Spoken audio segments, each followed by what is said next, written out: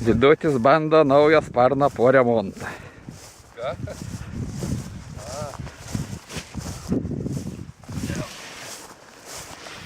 Sakė, žemesnė yra. O čia, tai klausyk, ką čia priklijavo? Viskas aišku. Matai ką? Jau Aivaro iš visos. Bet geras daiktas, ne? Žinai, cirkininkui toks ir spardas. A gal čia sumaišė, gal čia ne mano? Eik tu. Gal čia ruošta kažkam buvo kitam? Nu kas galėjo sumaišyti tavo sparną? Klausyk, dar kokšinai.